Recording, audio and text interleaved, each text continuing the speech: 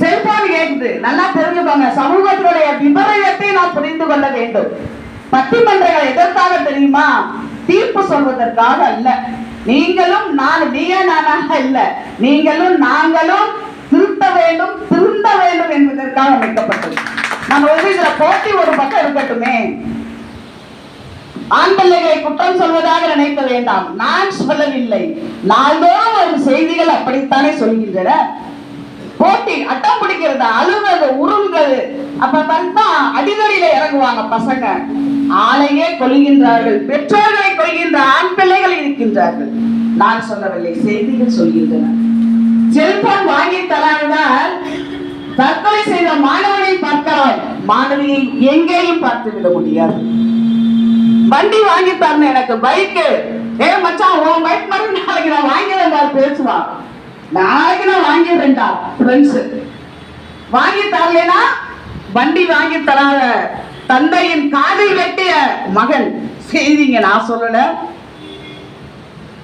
சொத்து திருமணத்திற்கு பிறகு பாருங்களேன், அந்த மகன் தனக்கு சொத்து எழுதி கொடுக்கறனா பெற்றோர்களை கொலை செய்து விடுகின்ற மகன்கள். நான் எல்லோரையும் சொல்லவில்லை நண்பர்களே, எங்கேயும் நடந்து கொண்டுதானே இருக்கின்றது. மகன்களை சொல்லலாம், மகள்களை எங்கேயாவது சொல்லிவிட முடியுமா? நிச்சயமாக முடியாது.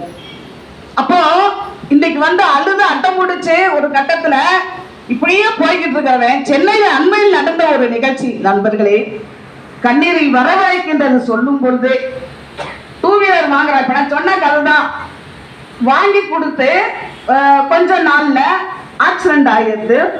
அந்த பையன் ரொம்ப உயிருக்கு போராடி காப்பாத்திடுறாங்க. பரவாயில்ல, இப்படியே கடன் உடனே வாங்கி கஷ்டப்பட்டு நஷ்டப்பட்டு தாலி அடகு வச்சு அந்த பையனை பொழைக்க வச்சிடறாங்க. அடுத்தது 2ஆம் தடவை, அப்பா நீ வண்டியெல்லாம் ஓட்ட வேண்டாம்பான்னு அம்மா சொன்னா. இல்லம்மா எனக்கு வேணும், கண்டிப்பா வேணும். தன் காதலிக்காக நன்றாக நோட் பண்ணி கொள்ளுங்கள். எங்கே சென்று கொண்டிருக்கின்றது சமூகம்? நான் வண்டி ஓட்டியே ஆகணும். பாத்தீங்கன்னா பசங்க தலைகிலா தலை சீவனத்துல இருந்து முடிவெட்டுறதுல இருந்து அவங்க முடிவு எடுக்கிறதுல இருந்து திருப்பி அந்த பையன் என்ன பண்றான், அவங்க அம்மா எங்கேயோ கெஞ்சி கூத்தாடி. என்ன பெற்றோர்கள் தெய்வம் அல்லவா? குழந்தைகள் கேட்கும் வரங்களை வாங்கி கொடுக்கின்ற அற்புதமான தெய்வங்கள் பெற்றோர்கள். அவங்க அம்மா அப்பா கஷ்டப்பட்டு வண்டி திருப்பியும் என்ன பண்ணாங்கன்னு தெரியாது, எங்க தலையை அடகு வச்சாங்கன்னு தெரியாது, திருப்பியும் வண்டி வாங்கி கொடுக்கின்றார்கள். நண்பர்களே, என்ன நடந்தது தெரியுமா? அதே வண்டியில பையன் போறா, அந்த ஏற்கனவே நடந்த அதே ஆக்சிடென்ட் நடந்த அதே இடத்தில் 1 மாதத்திற்குள் அந்த மாணவன் பயங்கர ஸ்பீடா போய் தண்ணி அடிச்சு போனான்னு தகவல் தெரியல. ஸ்பாட் அவுட்டுங்க அந்த பையன். 2ஆம் முறையும் இப்படி 1 இல்ல 2 இல்ல எவ்வளவோ நாம் சொல்லிவிட முடியும்.